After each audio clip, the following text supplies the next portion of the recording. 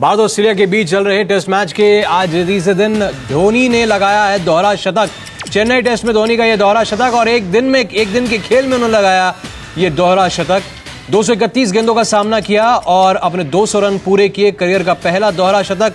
और नंबर 6 पर आते हुए एक ही दिन के खेल में दोहरा शतक लगाने वाले पहले बल्लेबाज कप्तान महेंद्र सिंह धोनी बने। चेन्नई के मैदान से उनका खास लगाव है क्योंकि वो यहां से आईपीएल के लिए भी खेलते हैं, तो इस मैदान पर उन्होंने अभी अपना दोहरा शतक लगाया। और बढ़त जो है भारत ने 100 रन से ज्यादा बना ली है ऑस्ट्रेलिया के खिलाफ।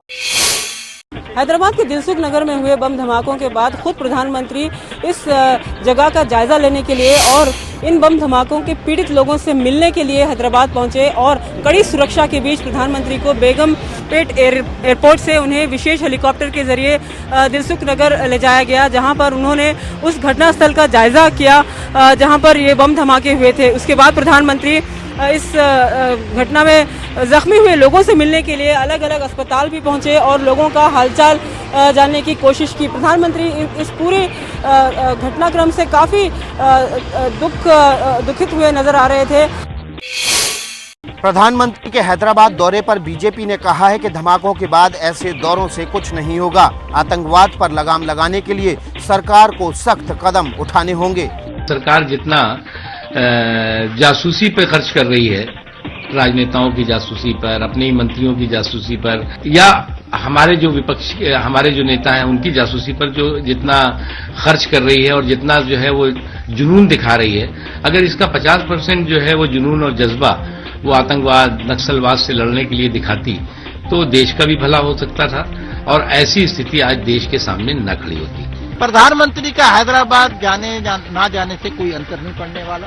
अगर प्रधानमंत्री जी ने अपने मंत्रियों पे और अपनी पार्टी में जो उनके सहयोगी है उनके मुंह के ऊपर लगाम रखी होती तो आज जो हमारी सुरक्षा एजेंसियां हैं, पुलिस बल है, उनका मनोबल इतना नीचे नहीं गिरा होता और उसके साथ साथ ये आतंकवादी संगठन जो है उनका भी दुस्साहस जो है उतना बड़ा नहीं होता। हैदराबाद धमाकों के 3 दिन बाद भी सुरक्षा एजेंसियों के हाथ कोई ठोस सबूत नहीं लगा है। इस बीच एनआईए की टीम बैंगलोर जेल में बंद आतंकी उबैदुर रहमान से पूछताछ की तैयारी कर रही है। वहीं हैदराबाद के शमशाबाद से रियाजुद्दीन नाम के एक संदिग्ध को हिरासत में लेकर पूछताछ की जा रही है। सूत्रों के हवाले से खबर मिली है कि एनआईए की टीम उबैदुर नाम के एक शख्स से पूछताछ करेगी जो 2008 को बैंगलोर के स्टेडियम में हुए धमाके के आरोप में जेल में बंद है। उबैदुर रहमान को पिछले साल नवंबर में गिरफ्तार किया गया था और वो हैदराबाद का ही रहने वाला है। सूत्रों के मुताबिक उबैदुर रहमान से इंडियन मुजाहिदीन के आतंकियों की फंडिंग के बारे में पूछताछ की जा सकती है। उबैदुर रहमान का चाचा फरतुल्लाह गोरी दुबई में रहता है। जांच एजेंसियों को आशंका है कि उसके जरिए भारत में इंडियन मुजाहिदीन के आतंकियों को पैसा पहुंचाया गया है। उधर एनआईए हैदराबाद के शमशाबाद से रियाजुद्दीन नाम के एक व्यक्ति को भी हिरासत में लेकर पूछताछ कर रही है। रियाजुद्दीन को 2007 को हैदराबाद के मक्का मस्जिद ब्लास्ट के मामले में भी गिरफ्तार किया गया था, लेकिन बाद में उसे बरी कर दिया गया था। बिहार के रक्सौल में पुलिस ने 2 संदिग्ध लोगों को गिरफ्तार किया है। गिरफ्तार हुए लोगों में से एक हैदराबाद का रहने वाला है जबकि दूसरा जर्मनी का। इनका हैदराबाद के दिलसुख नगर में हुए ब्लास्ट से कोई संबंध है या नहीं, पुलिस इसकी जांच कर रही है। नेपाल की सीमा से सटे बिहार के रक्सौल में ये दोनों संदिग्ध पकड़े गए हैं। बताया जा रहा है कि दोनों नेपाल में घुसने की कोशिश कर रहे थे। पकड़े गए लोगों में एक का नाम मोहम्मद आलम है जो हैदराबाद का रहने वाला है जबकि दूसरा मोहम्मद अब्दुल्लाह उमर जर्मनी का रहने वाला बताया जा रहा है। पुलिस को इनके पास से कई संदिग्ध सामान भी मिले हैं। हैदराबाद के रहने वाले आलम के लैपटॉप से सिकंदराबाद स्टेशन के वीडियो फुटेज भी मिले हैं। इमिग्रेशन ऑफिस द्वारा बताया गया कि लैपटॉप का जो उन्होंने लैपटॉप खुलवा करके अपना देखा लो वीडियो में, तो उसमें शादी का और सिकंदराबाद जीआरपी का फोटो लिया गया। करीब 5.5 करोड़ कर्मचारियों के लिए खुशखबरी है। 2012-2013 के वित्तीय साल के लिए पीएफ की ब्याज दर पर कल मुहर लगनी तय है। पीटीआई की खबर के मुताबिक 2012-2013 के लिए 8.5% ब्याज दर देना तय हो चुका है। कर्मचारी भविष्य निधि संगठन के बोर्ड की बैठक कल होने वाली है। 8.5% की दर से ब्याज मिलने पर कर्मचारियों के पिछले वित्तीय साल के मुकाबले करीब 4.25 करोड़ रुपए का फायदा होगा। 2011-12 में कर्मचारियों के पीएफ पर 8.25% की दर से ब्याज दिया गया था।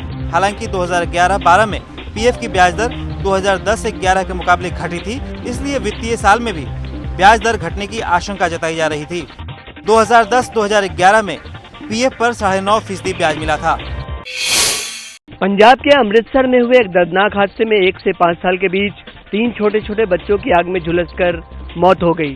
बताया जाता है कि एक कमरे के उनके मकान में शॉर्ट सर्किट से आग लग गई और उस वक्त तीनों बच्चे सो रहे थे। 3 नन्हे बच्चों का अंतिम संस्कार करते करते फूट फूट कर रो पड़ा पूरा गांव। अमृतसर के बालकला गांव में एक मजदूर परिवार के 3 नन्हे मुन्ने सदस्य दर्दनाक हादसे का शिकार बन गए।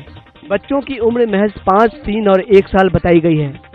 बताया जाता है कि शनिवार देर शाम फैक्ट्री वर्कर अमरजीत सिंह घर से बाहर थे, तब उनकी पत्नी भी शौच के लिए बाहर गई हुई थी। उसी दौरान उनके एक कमरे के मकान में आग लग गई और एक ही बिस्तर पर सो रहे तीनों बच्चों की आग में झुलसकर मौत हो गई। जब तक बच्चों की मां वापस आती तब तक काफी देर हो चुकी थी। शुरुआती जांच में शक शॉर्ट सर्किट का है, लेकिन बताया जाता है कि कमरे में रखे केरोसिन से आग और भड़क गई थी। पुलिस घटना की जांच कर रही है, लेकिन अपने तीनों बच्चों को एक साथ खोने से उनके माता पिता का बुरा हाल है। इलाहाबाद के महाकुंभ में माघी पूर्णिमा के स्नान को देखते हुए सुरक्षा के कड़े इंतजाम किए गए हैं। इस दौरान करीब 2.25 करोड़ लोगों के स्नान करने की उम्मीद जताई जा रही है। हैदराबाद में हुए बम धमाके के बाद अब ज्यादा एहतियात बरती जा रही है। महाकुंभ में कल एक और बड़ा स्नान होना है। कल माघी पूर्णिमा का स्नान है, जिसे ठीक ठाक निपटाने का मेला प्रशासन पर काफी दबाव है। अधिकारी लगातार बैठक करके प्लान बना रहे हैं और इस दौरान कई बड़े फैसले हुए हैं। इन फैसलों में अहम है कि बिना पास वाली गाड़ियों के मेला परिसर में घुसने पर रोक लगा दी गई है। आज से यहाँ सिर्फ पुलिस की गाड़ी के अलावा एम्बुलेंस के ही घुसने की इजाजत है। महाकुंभ में रोजाना 60 से 70 हजार गाड़ियाँ आती जाती है और इसको लेकर खास निगरानी और एहतियात बरती जा रही है। निगरानी के काम में सेना के जवान भी लगे हुए हैं। इसके साथ साथ सीसीटीवी में दर्ज हो रही तस्वीरों की कंट्रोल रूम में मॉनिटरिंग भी लगातार की जा रही है। पर डे लगभग 60-70 हजार गाड़ियाँ कुंभ मेला क्षेत्र के अंदर एंटर कर रही हैं और जब बाहर जा रही हैं, जिसकी वजह से काफ़ी जाम भी लग रहा है शहर के अंदर। इन गाड़ियों को देखते हुए कल सुबह 8 बजे से ही सारी गाड़ियाँ जो हैं जो कुंभ मेला क्षेत्र में आने की कोशिश कर रही हैं, उनको हम लोग पार्किंग्स में डालेंगे, प्लस वहाँ से लोगों को पैदल ला करके स्नान करने की व्यवस्था रहेगी। पंजाब के अमृतसर में हुए एक दर्दनाक हादसे में 1 से 5 साल के बीच 3 छोटे छोटे बच्चों की आग में झुलसकर मौत हो गई। बताया जाता है कि एक कमरे के उनके मकान में शॉर्ट सर्किट से आग लग गई और उस वक्त तीनों बच्चे सो रहे थे। 3 नन्हे बच्चों का अंतिम संस्कार करते करते फूट फूट कर रो पड़ा पूरा गांव।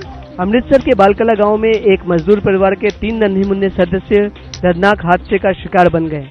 बच्चों की उम्र महज 5, 3 और 1 साल बताई गई है।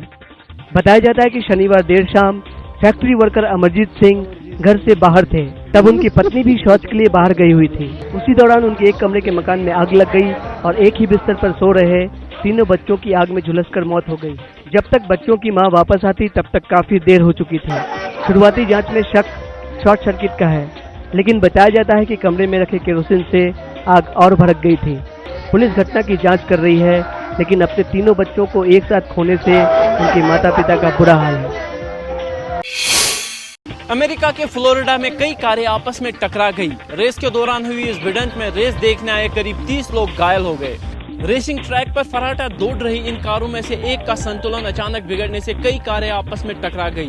भिड़ंत इतनी जबरदस्त और खतरनाक थी कि टूटी हुई कारों के कुछ हिस्से दर्शकों को जा लगे। ट्रैक और स्टैंड के बीच लगे तार को तोड़ते हुए इन टुकड़ों के स्टैंड में चले जाने से रेस देखने आए 30 लोग घायल हो गए। टक्कर के बाद कारों के चीथड़े उड़ गए। फ्लोरिडा के डेटोना बीच में हुई इस घटना के दौरान गनीमत ये रही कि जानमाल का कोई बड़ा नुकसान नहीं हुआ।